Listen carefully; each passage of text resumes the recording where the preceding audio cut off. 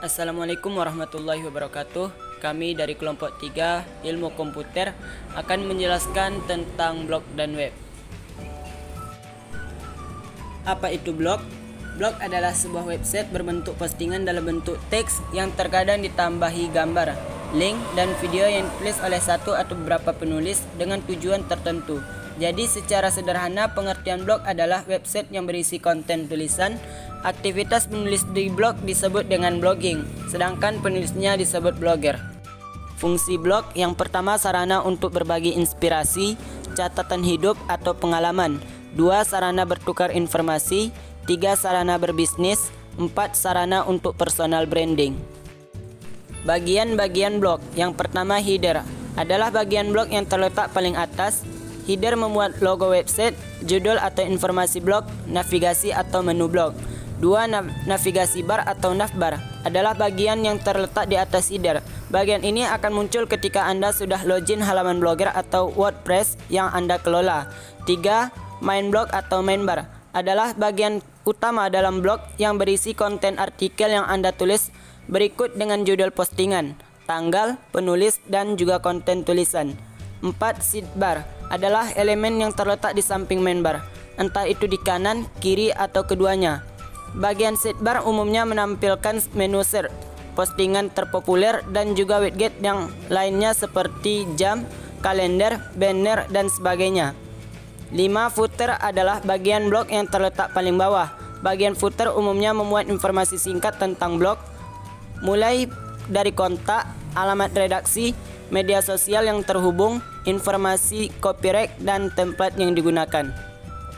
Jenis-jenis blog. Blog pribadi. Blog pribadi biasanya dibuat oleh seseorang berdasarkan kepentingan pribadinya.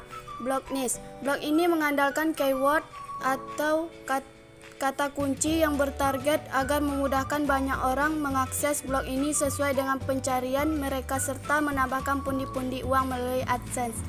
Blog bisnis. Blog bisnis adalah blog yang membahas tentang hal yang berhubungan dengan bisnis yang dijajakan di website tersebut.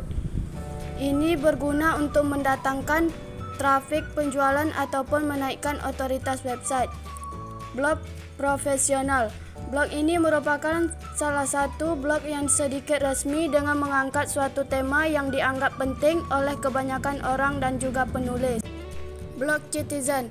Blog ini biasanya dikelola oleh banyak orang dalam suatu kelompok yang khususnya membahas berbagai macam topik yang diharapkan dalam dinikmati oleh para pembacanya.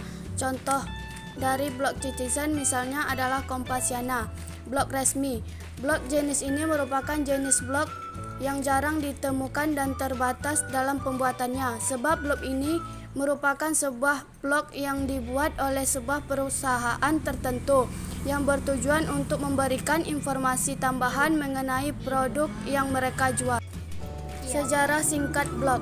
Blog sendiri berasal dari kata weblog yang pertama kali digunakan George Barger pada tahun 1990-an. Pada waktu itu hanya terdapat sedikit pembuat weblog yang terkenal, hingga pada akhirnya weblog lama-kelamaan dikenal dengan sebutan blog. Situs sederhana dari web ini dimiliki oleh Pira Labs yang selanjutnya pada tahun 2002 diambil oleh Google. Dari situlah blog mulai mengalami perkembangan dengan menambahkan berbagai aplikasi lain. Aplikasi-aplikasi ini dapat didesain sedemikian rupa sehingga menjadi sebuah halaman yang unik dan menarik untuk dikunjungi dan dibaca. Manfaat blog. Mengasah kemampuan menulis, dapat digunakan sebagai media bertukar informasi, dapat menghasilkan uang sebagai media promosi dan penjualan produk, menambah jaringan atau relasi kerja, media bertukar cerita, dan sebagai media untuk berbisnis dan sebagai media untuk mendapatkan pekerjaan yang lebih baik. Kelebihan blog. 1. Milik Google. 2. User friendly, mudah digunakan oleh pengguna. 3. Proses pendaftaran akun baru mudah dan praktis. 4. Bisa dimodifikasikan sesuai dengan keinginan pengguna. 5. Bisa digunakan untuk berbisnis online. 6. Bisa memiliki beberapa blog dalam satu akun. 7. Dapat membuat halaman tag. 8. Dapat memposting melalui email dan MMS di HP. 9. Bisa untuk mengupload gambar dan video. 10. Mudah ditemukan di mesin pencari Google. 11. Maintenance mudah. 12. Banyak sumber referensi yang tersedia. 13. Biaya murah. 14. Terintegrasi dengan Google Account. Kelemahan blog. 1. Tampilannya sederhana dan biasa saja. 2. Menulis artikel di blogspot kurang leluasa. 3. Terikat dengan peraturan Google. 4. Ketergantungan pada Google. 5. Masih memiliki resiko banned. 6. Template bawaan sangat sedikit.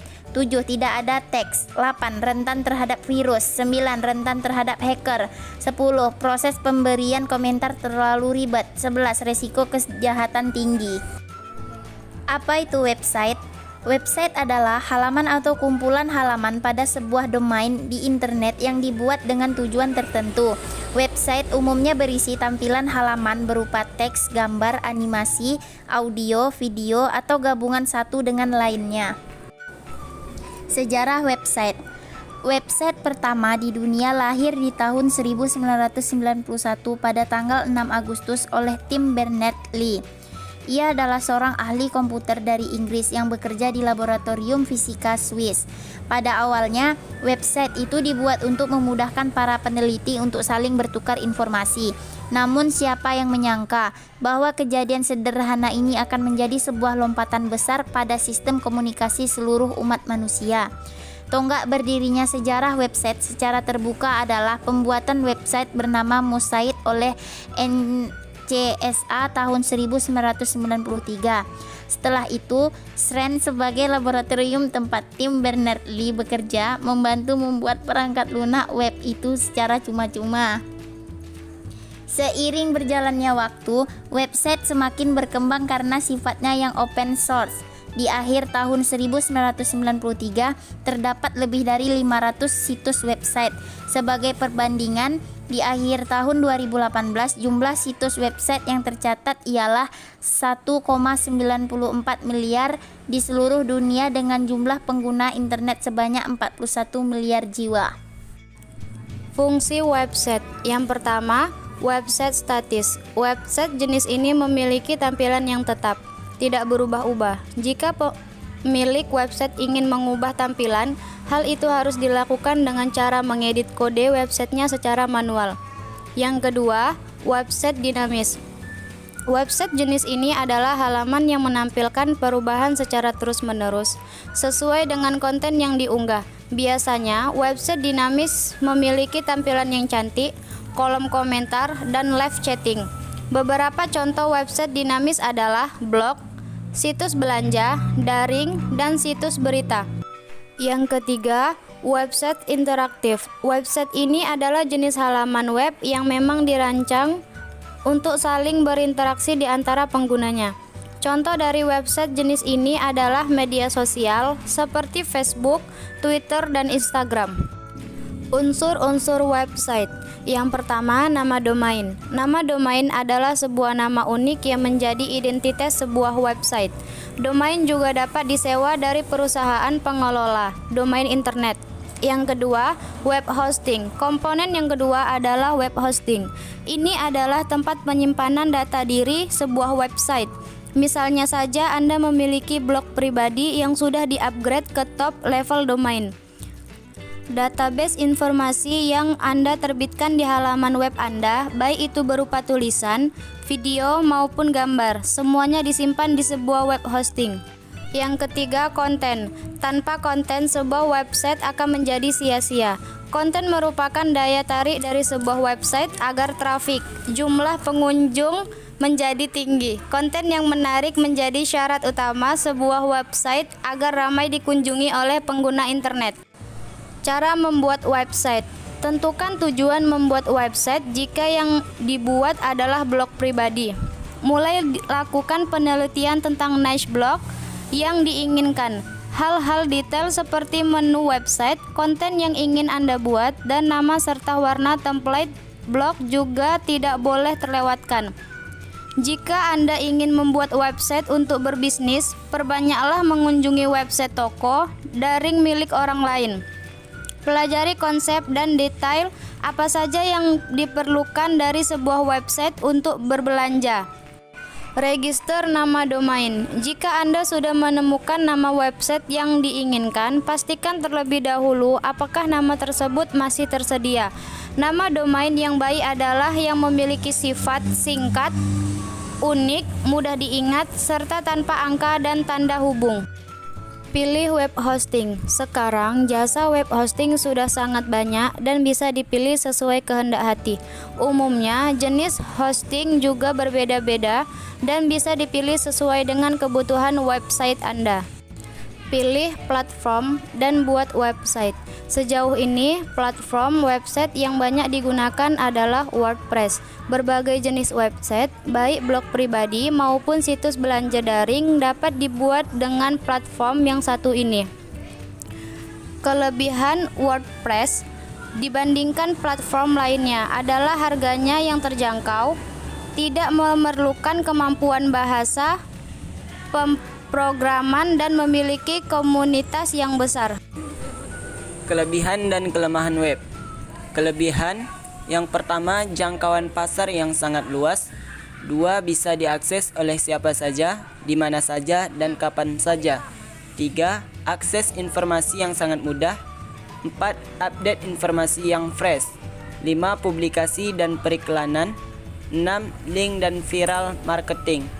Kelemahan yang pertama, kredibilitas. Karena tidak bertemu langsung dengan klien, susah untuk mendapatkan kepercayaan dari klien. 2. Susah mencapai target pengunjung karena banyaknya persaingan di internet, maka untuk mendapat peringkat bagus di Google menjadi susah. 3. Spam. Salah satu resiko yang harus dihadapi ketika Anda mempublikasikan nomor telepon dan email ke dalam website adalah SMS atau email spam. Demikian penjelasan blog dan web dari kelompok kami. Jika terdapat kesalahan dan kekurangan, kami mohon dimaafkan. Wassalamualaikum warahmatullahi wabarakatuh.